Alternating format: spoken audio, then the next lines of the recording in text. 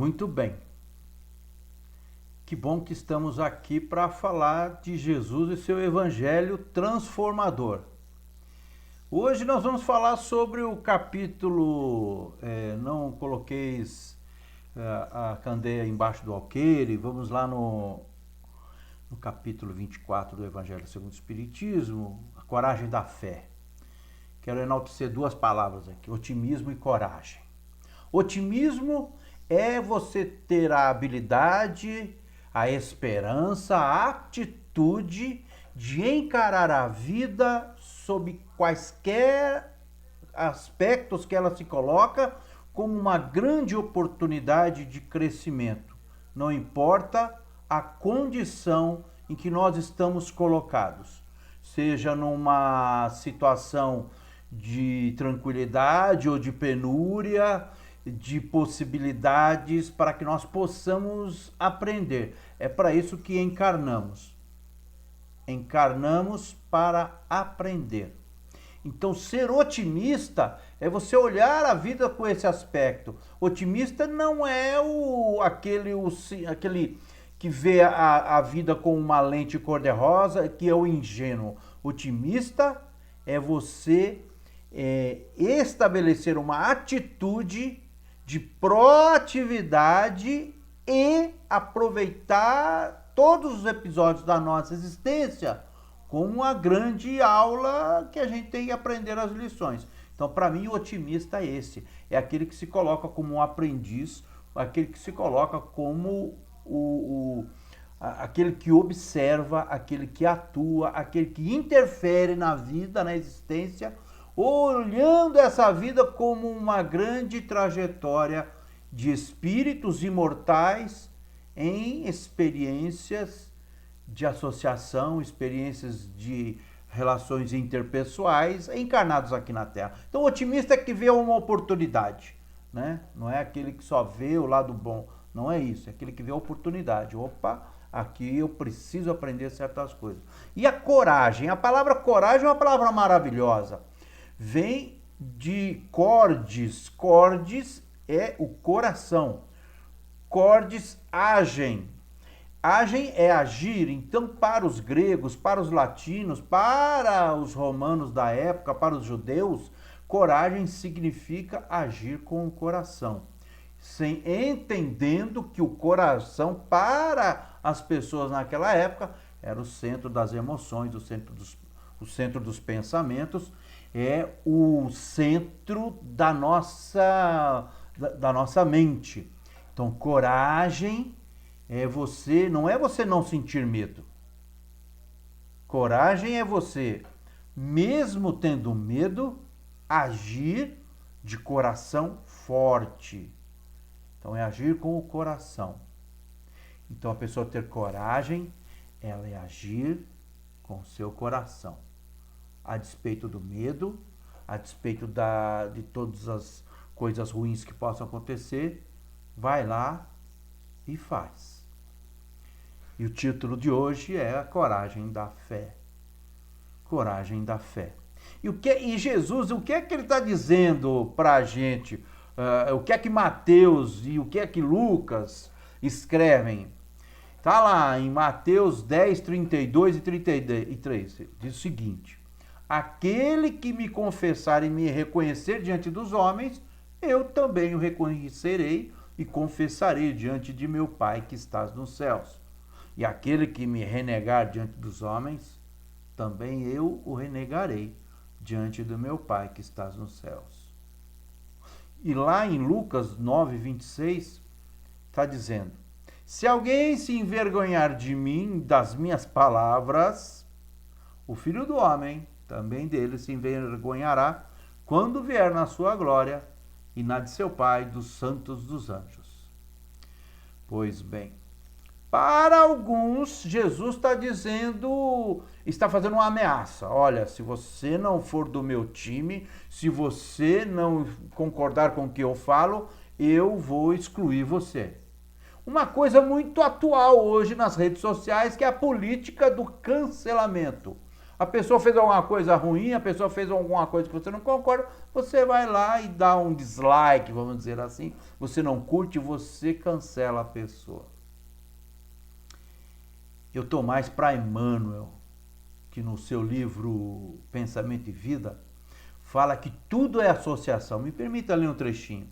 A associação mora em todas as coisas, preside a todos os acontecimentos e comanda a existência de todos os seres.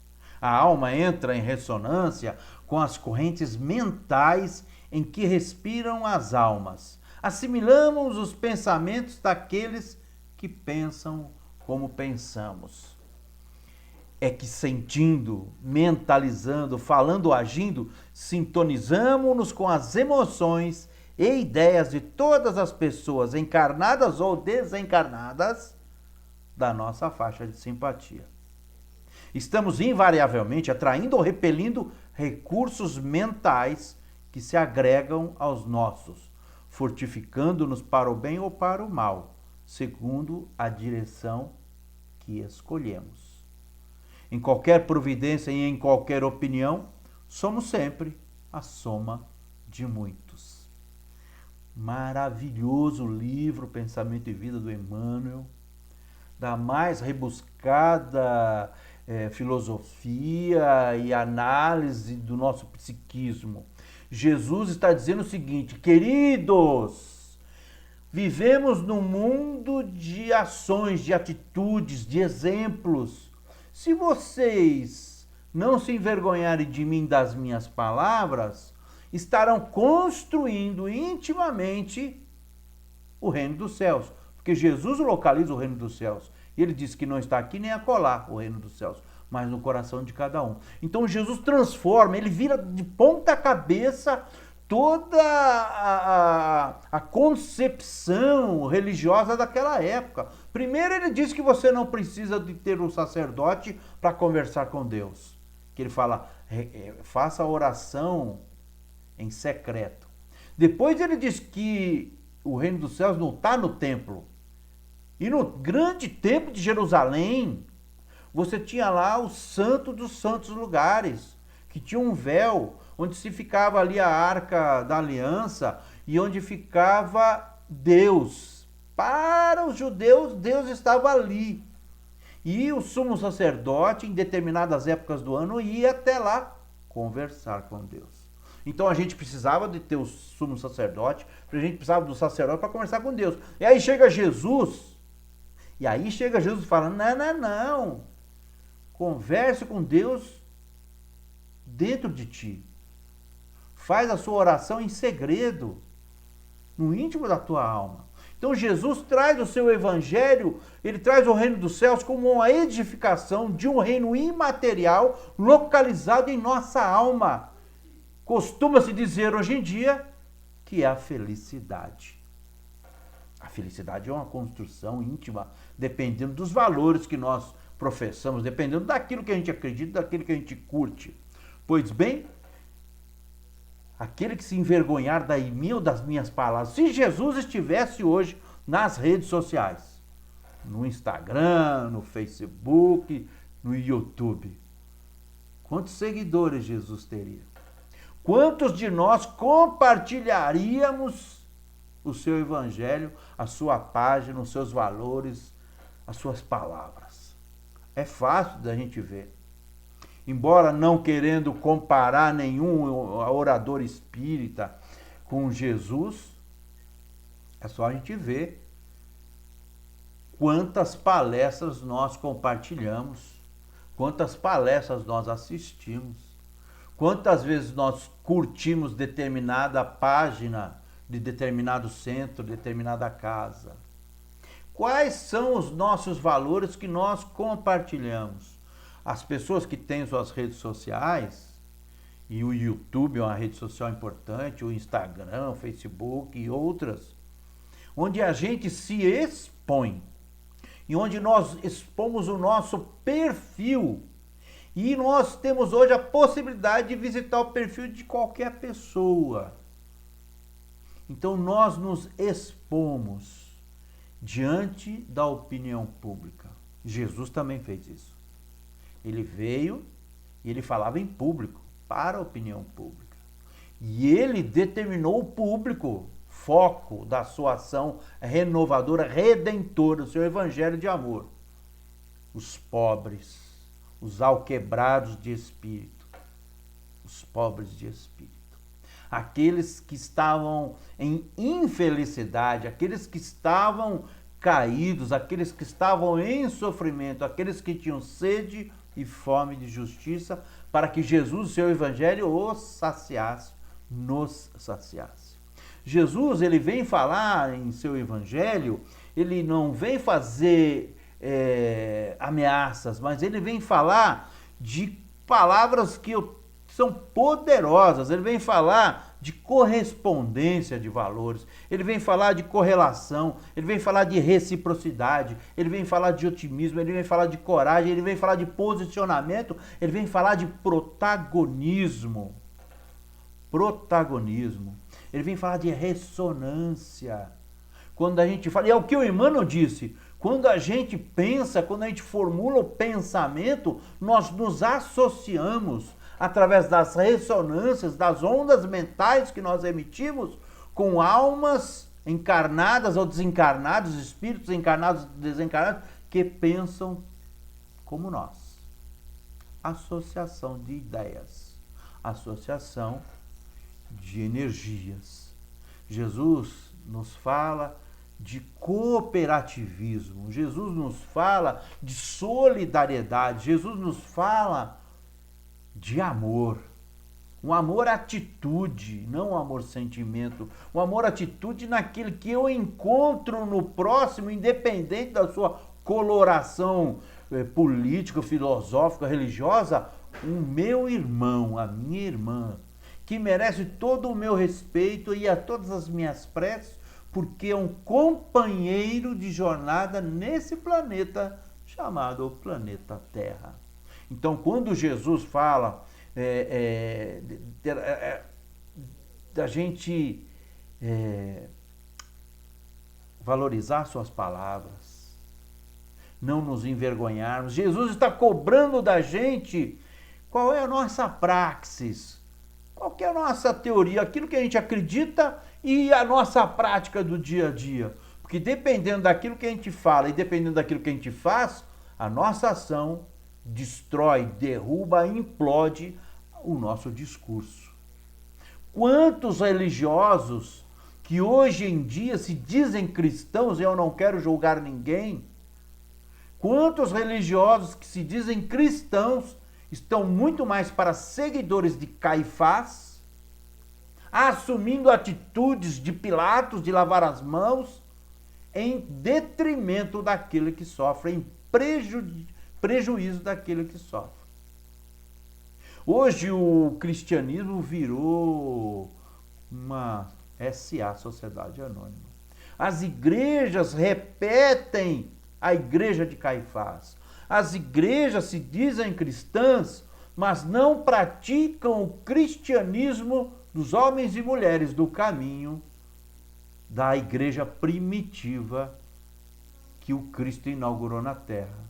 Da igreja da comiseração, da compaixão, de não lavarmos as mãos, muito pelo contrário, de botarmos a mão na massa e levarmos alimento, curarmos as feridas, nos condoendo, nos compatibilizando com o sofrimento alheio. Assim como fez o samaritano, o herege daquela época. O herege daquela época, que os judeus nem conversavam com os samaritanos. E Jesus coloca o samaritano, o herege, o ímpio, o cheio de pecados, o intocável, como aquele que fez a vontade de Deus. Então, essa parte do Evangelho, e no Evangelho segundo o Espiritismo, Coragem da Fé, que diz que nós, espíritas, nós nos colocamos nessa seara, da seara espírita, como praticantes do Evangelho primitivo. Primitivo nos seus atos e na sua compreensão de Deus. Há 2000 anos atrás, Os cristãos tinham uma concepção sofisticada do amor na sua prática. Muitos espíritos de escola evoluidíssimos vieram para que esse projeto de Jesus, de redenção da humanidade, tivesse êxito e pleno êxito, a despeito das nossas limitações. Então, Maria de Nazaré, quando desencarna, primeira coisa que ela faz é ir na arena romana visitar os cristãos que estavam adentrando a arena da morte, do martírio, cantando seus hinos de louvor a Jesus, de louvor a Deus.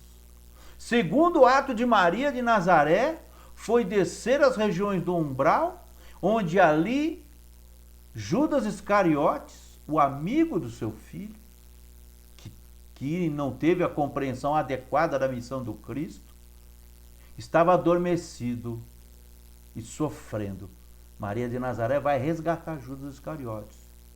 Lembrando que Jesus, e é isso aí segundo a narrativa de Humberto de Campos, o irmão X, que Jesus, a primeira coisa quando ele encerra seu episódio na cruz, ele desce até os umbrais e faz com que Judas adormeça para poder mitigar o sofrimento de Judas Iscariotes. É esse evangelho que Jesus veio trazer, de perdão das ofensas e de ação baseada no perdão das ofensas e na reconciliação dos espíritos aqui instalados momentaneamente nessa nossa fase da nossa evolução. Então Jesus vem trazer os pródromos, as bases, os alicerces da nossa reedificação, do nosso edifício ruído, porque levantamos os nossos edifícios nas colunas do egoísmo, da vaidade, da prepotência,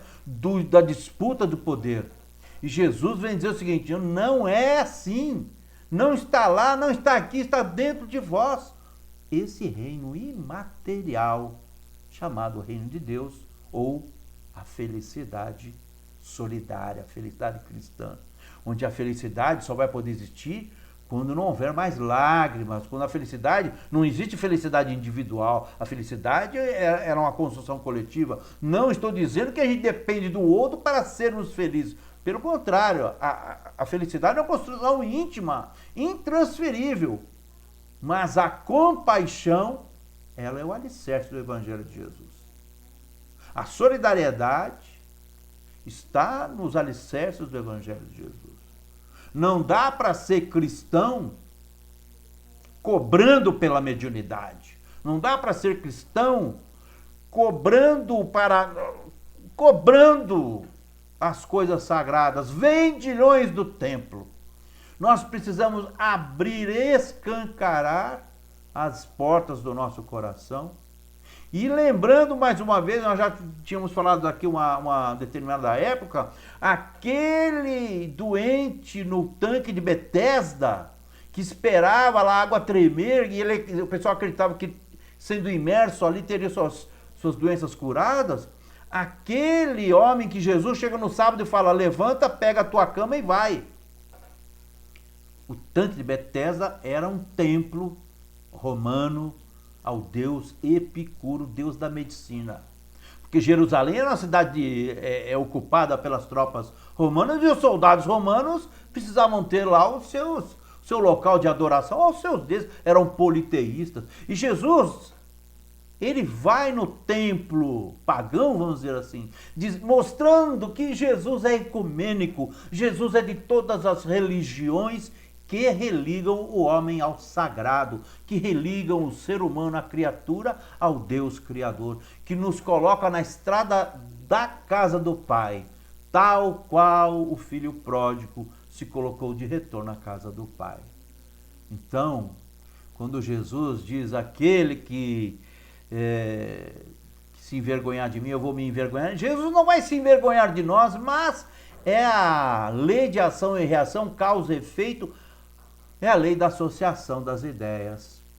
Vale lembrar no livro Nosso Lar, aquela mulher que queria entrar a todo custo em nosso lar e não tinha as condições morais, vibratórias de arrependimento necessárias. Tanto é que aquela que havia cometido vários abortos, né, uma pessoa que trabalhava no campo da ginecologia. Então, quando lhe é proibida, ela começa a xingar todo mundo, começa a tecer impropérios. Então nós precisamos descer do altar do nosso egoísmo, descer do altar da nossa empáfia, do nosso orgulho, calçar as sandálias da humildade e trilhar nas pegadas do Mestre Jesus. E não termos vergonhas de sermos espíritas, não termos vergonha de sermos cristãos, porque nós temos a maior das defesas da nossa fé, a caridade, sem a qual não há salvação. É isso aí. Muito obrigado. Fiquem com Deus.